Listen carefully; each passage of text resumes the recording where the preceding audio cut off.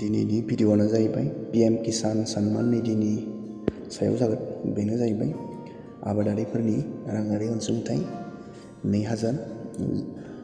बे भिडिअ'नि थांखियानो जाहैबाय जायफोर खेथियकफोरा थांनाय 14थि 13थि 12थि इनस्टलमेन्टखौ मोननो हायाखै बिथांमोननि एकाउन्टनि बागै सावरायगोन आरो बोरै रांखौ मोननो हागोन मा खालामोब्ला बेनि बागै सावरायगोन। बेनो जाहैबाय PM किसाननि वेबसाइट। बेयो गुगोलाव थांनानै नोंथांमोना नैबे PM किसानखौ सार्च खालामनांगोन आरो नैबे बेनिफिसियारि स्टेटास बेयाव थुनांगोन। जों दानिया नायनोसै।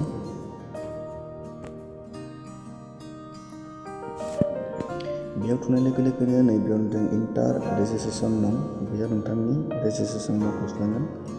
नोंथांमोना बेखौ PM किसान एप्लाइ खालामनायाव मोनदों। दानिया बेखौ थुनोसै।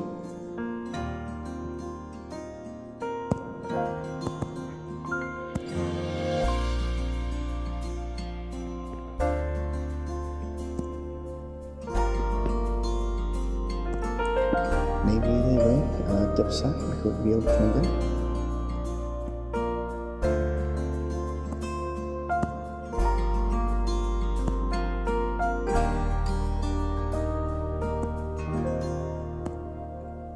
दानिया नैबे गेट डाटायाव थुनांगोन। गेट डाटायाव थुनाय लोगो लोगोनो नैबे इलिजिबिलिटि स्टेटास इउ आर आपडेट इउर डिटेल्स नैबेयाव नायनांगोन।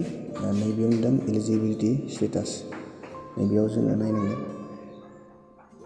थुबाय, नैबेयाव नुदों लेन्ड सेन्डिं आरो नैबेयाव आदार बेंक एकाउन्ट सेन्डिं स्टेटास आरो नैयाव EKYC। नोंथांनि फैसा हाबिनि जाहोना नैबे मोनथामनि मादावनो बबेबा मोनसेया नोंनिया नोंथाङा बे खामानिखौ मावाखै, बेनि थाखाय नोङो रांखौ मोननो हायाखै। जों बेखौ बोरै मा खालामोबा रांखौ मोननो हागोन जों बेनि बागै सावरायगोन। आंनि नैबे एकाउन्ट स्टेटासा बे आंनिया गासिबो राइटसिन दं। बेनि थाखायनो आं रांखौ मोननो हादों।